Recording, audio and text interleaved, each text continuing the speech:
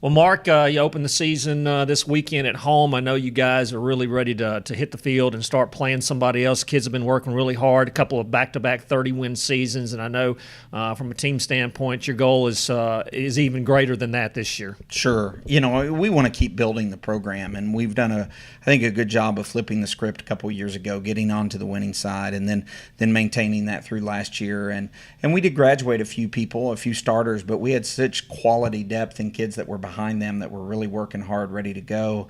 I had another incoming freshman class, and I think you'll start to see all the work of the coaching staff start to pay off in terms of getting to that next level. I know you've been talking about it since you got here, and most coaches do, talking about building your own culture, and that's not a one-year process. That's usually, like you said, 3, 4, 5 years once you get all your kids in there. Where is the culture right now? Well, I think it's in great shape. It starts with forming that environment first, right? And then that environment formed each year over the several years is what forms that culture for you. And the kids have just done an amazing job of each year that we've added stuff to that environment or changed or just again, whether it's a little higher intensity or it's more repetitions or it's whatever the case may be that we've chosen to add to the culture, including character development and stuff as part of what they're doing.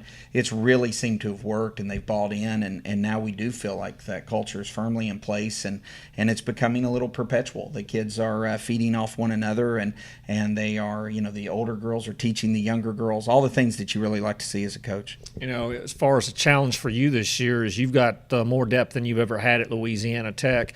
You're going to have to try to find playing time for some kids. We're going to have to vary the roster in the beginning just to keep everybody engaged and with it as far as the program's concerned. But, again, I think all of them truly understand, and that's part of the reason you do the character development side is so they understand it's what's best for the program at any one time, and that's part of the reason that they're in the lineup one day or out of the next is because the matchup's better or the situation's better for us to get this other young lady some work, and it really does seem to be just a great team effort going on, though.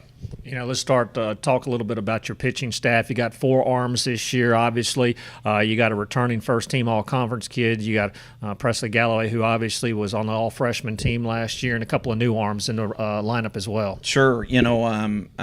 Bailey was tremendous last year and serving in kind of that number 1 role and did just a super job. So her arm's going to remain valuable for us, and she'll continue to be just a dynamic pitcher.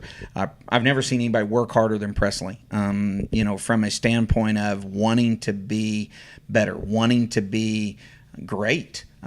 So between the work that Coach Duran and Coach Forsyth did with her in terms of growth and development, and then her own work ethic and desire has really vaulted her to that next level. But like you said, combine that with a transfer in Crystal De La Cruz and being a lefty power pitcher, and then adding Jenny Chapman, freshman from Kentucky. She is kind of that definition of a crafty lefty that can throw most anything at any time.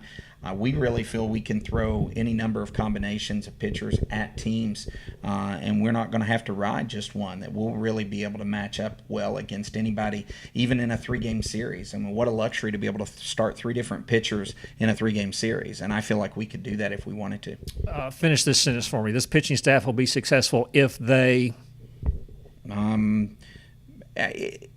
understand their roles. I think it's important that they make sure that they understand that they're giving to the betterment of the team, and that may be coming in to face one batter in one situation in a game in the 5th inning or the 6th inning, and that is what makes us successful as a staff, not who got the start or who's getting the stats or who's doing that, but that they understand all of it's for the team effort to get the team win, that being the most important stat. You can have a great pitching staff, but if they don't have good defense behind them, it doesn't do a whole lot of good. Talk about this team defensively.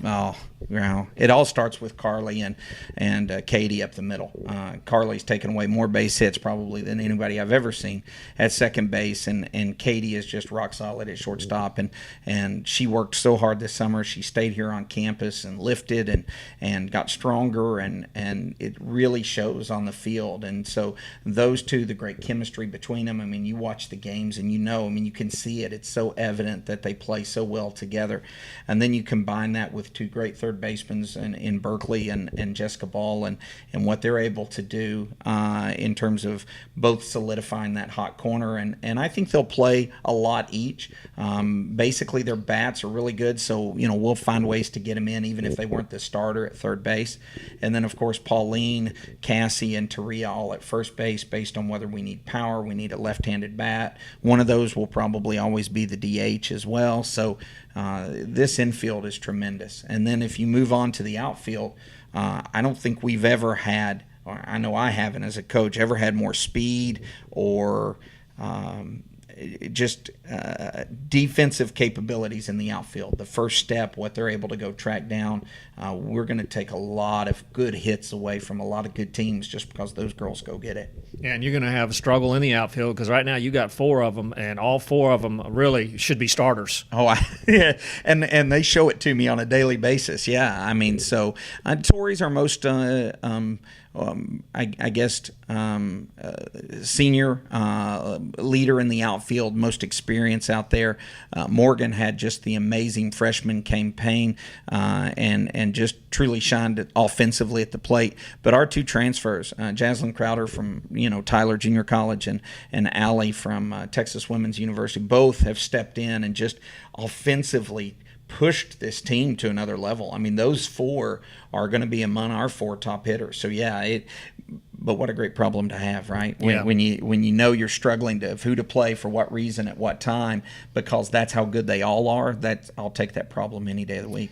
If you stay healthy, this team could break a lot of records that this program set last year. I think, I know we can go down the list, set all sorts of single-season team records last year.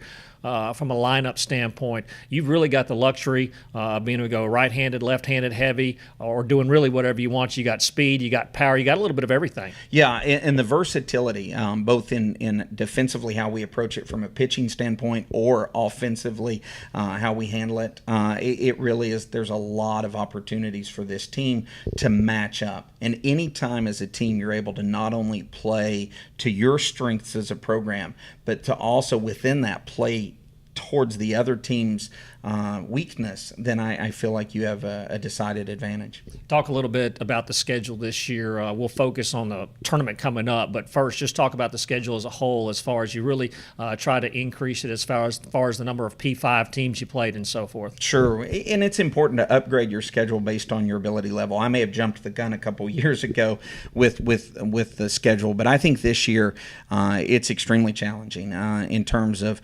playing at the University of Texas this tournament, where we're going up against Texas and South Carolina and Indiana, and then on our bye week, our week off, so to speak, we're going up to Oklahoma and we're playing at Hall of Fame Stadium against Mississippi State and Oklahoma, and that's not counting all of the other teams that we play in the tournaments throughout the year, a midweek game against LSU and a midweek game against Ole Miss. So I really believe that for us, it's important not only to see those teams, but we've got to beat those teams this year. That's one of the big differences. And if we're able to do that, then what was a close RPI and a team that was mentioned in terms of an at-large bid maybe is the team that can push through, grab that, and be in good shape come postseason time. Well, and when you're talking about RPI and you're talking about at-large bids, and I know you talked a lot to the team about this after last season, is not only those Power 5 teams, but those midweek games against in-state schools and stuff, those really matter. You can't just go into those games with a different mentality.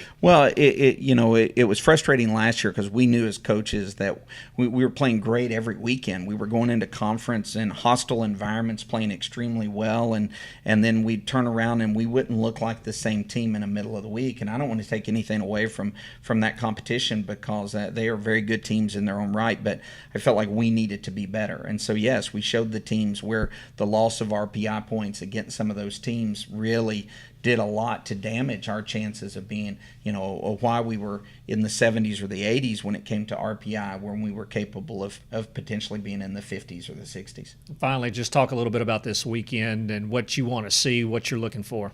Well, again, this will be our first test to be out on the field against competition other than ourselves.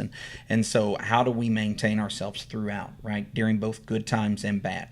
Are we staying focused the entire tournament.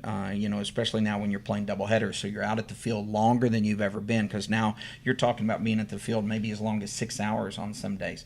And so they've never had a practice that's been longer than 3. So how do they maintain that? What's their level of energy like? And then ultimately, I know they'll be competitive. That's just the nature, and they're going to get out there and work really hard. But again, what happens when they struggle? And they're all going to struggle. There's going to be times that all of them. And so how does the team, when some of its star players are struggling individually, how does the team respond to that? And those will be some things that will be interesting to see this first weekend, and will really lead us to an indication of kind of what we need to work on and where we need to go next. Well, good luck this weekend. Thank you. I appreciate it.